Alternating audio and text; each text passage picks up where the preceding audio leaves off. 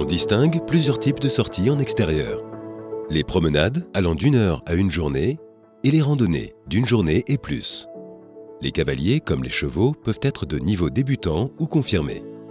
Lors d'une sortie en extérieur, les changements de voie, carrefours et traversées de route sont des situations fréquentes. Bien anticiper ces derniers permet d'assurer sa sécurité et celle des cavaliers du groupe, tout en s'adaptant au niveau de celui-ci. Avant de traverser, il faut toujours s'assurer de la visibilité et garder à l'esprit la longueur totale de notre file de cavaliers. Aussi, on ne scindera jamais le groupe lors d'une traversée ou d'un passage délicat.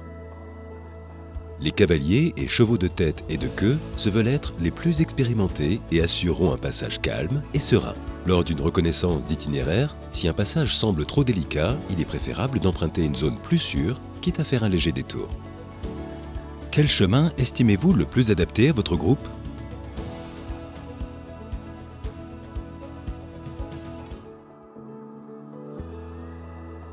La meilleure façon de traverser une route sera toujours celle qui assure la sécurité de tous les cavaliers et chevaux.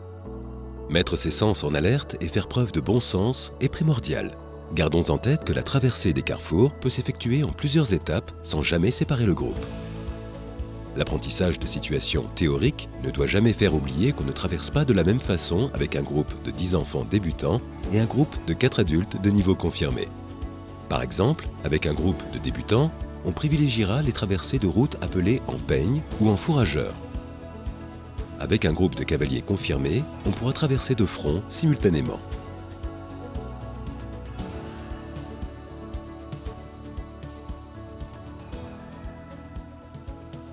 Pour assurer la sécurité de tous, les informations doivent circuler au sein de la file de cavaliers.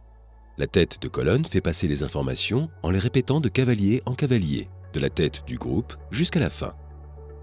L'accompagnateur peut utiliser les gestes de bras pour passer des messages.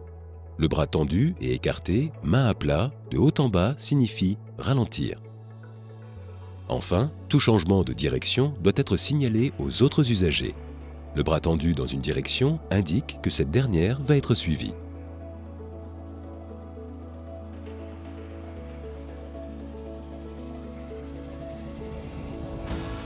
En ville ou lorsqu'on traverse un village, plusieurs difficultés peuvent survenir.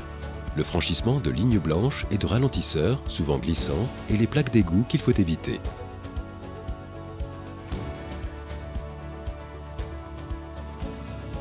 La notion de sécurité doit être votre priorité, mais ne pas se faire ressentir auprès de vos cavaliers. En extérieur, n'oubliez pas votre rôle d'animateur et l'importance de transmettre votre plaisir d'évoluer à cheval dans la nature.